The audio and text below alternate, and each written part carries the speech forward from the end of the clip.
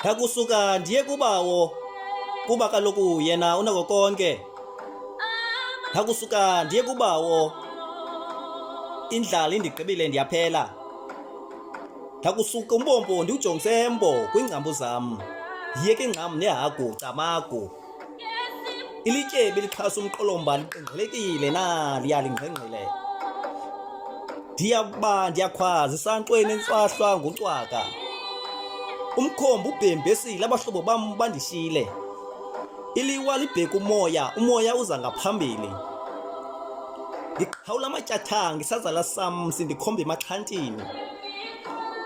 Sele ndikhonjwa ngemikhonto nezibham, naloo mali ndigqibile. Idyokwe endiyithwele emagxeni yehlula namakhoboka.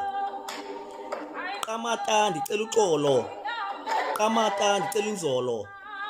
Ndilihlwempu ndiyimbacu kodwa akukho nomnye ondifaka endlwini.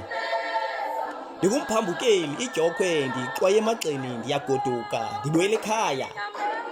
Indlela yam irhintyela iqoboqobo ndokuvela ngeqonce. Kaye xa ndivela kwaqalathethe ndiphumla phantsi komthi womqonci. Ameva ayahlaba kwakrazuka ntlambo sisikhalo. Noba ndingabhonga akukho ndlebe endivayo. Umvundlu zeka indlela, ingcam yokugqibela andityanga, ndihlafune nje ndayithofa ndachila makudede ubumnyama uvela ukhanya. Ngelo xesha sele ndiwava amaqhwe nempepho ephuma kumlambo ixesi.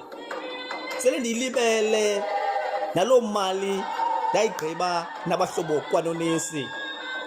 Noba ndingakhwaza isikhalo asincedi, kodwa olungakhaliyo lufele embelekweni. Embo, embo, embo msontsundu.